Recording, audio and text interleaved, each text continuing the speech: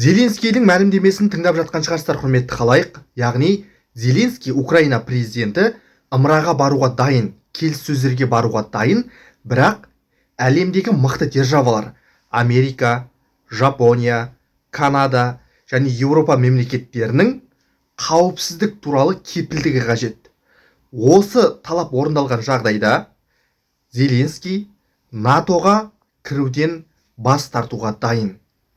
Білесіздер, бұл шайқастың Ресей-Украина соғысының негізгі көздеген мақсаттарының бірі деп айтсақ болады, бұл НАТОға Украинаның ұмтылуы. Бұл Путинді алаңдатты, Кремльді қатты алаңдатты. Мысалы, Ресей әскерінің Грузияға басып кіргендегі тарихын Зеленский қайталауы әбден мүмкін. Саакашвилидің білесіздер, Грузия билігінде болған кездері қандай өзгерістер жасағанын, Еуропаға ұмтылуы, Зеленскийдің де Еуропаға ұмтылуы Кремльге ұнамайтыны түсінікті. Енді қараңыздар, Зеленский осындай мәлімдеме жасап отыр. Әлемдегі алпауыт державалар Украинаға қауіпсіздік кепілдігін беретін болса, онда НАТОға кіруден бас тартамын деді. Алдымен Зеленскийдің жасаған мәлімдемесін оқып берейін, содан кейін тақырып тарқатып айтатын боламыз. Біз Украина мен Америка құрама штаттары арасындағы екі жақты қауіпсіздік кепілдіктері туралы айтып отырмыз. Нақтырақ айтқанда, 5-ші бапқа ұқсас кепілдіктер туралы.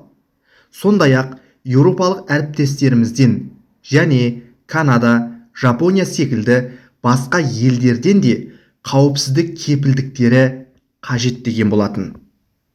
Міне көріп отырсыздар, Зеленский НАТОға кіру ойынан бас тартамын деп отыр, бірақ алып державалардың бізге қауіпсіздік кепілдігі қажет деп отыр. Міне осындай талап қойып отыр.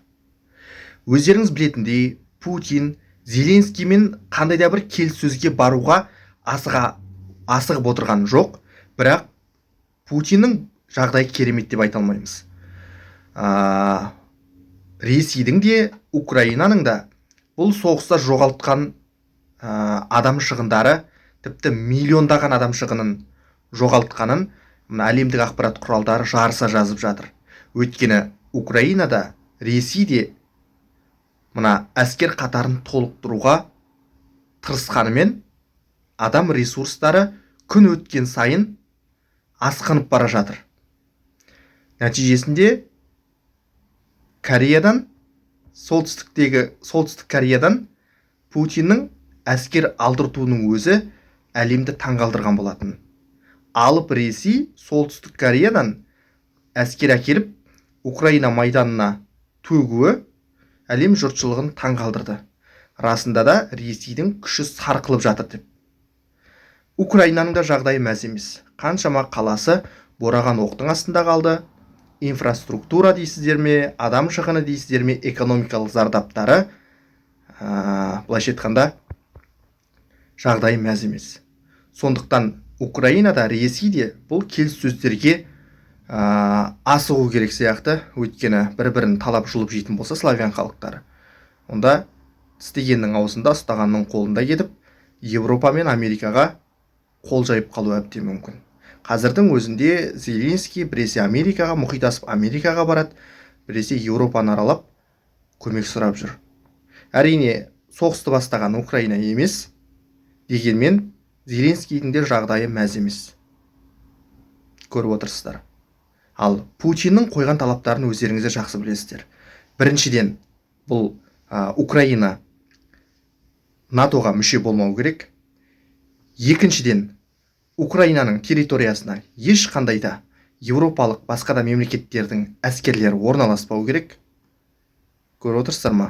Осындай талаптар қойып отыр. Және Путин өзі жаулап алған осы кезге дейін орыс әскері бақылауға алған аймақтардан бас тартпай отыр.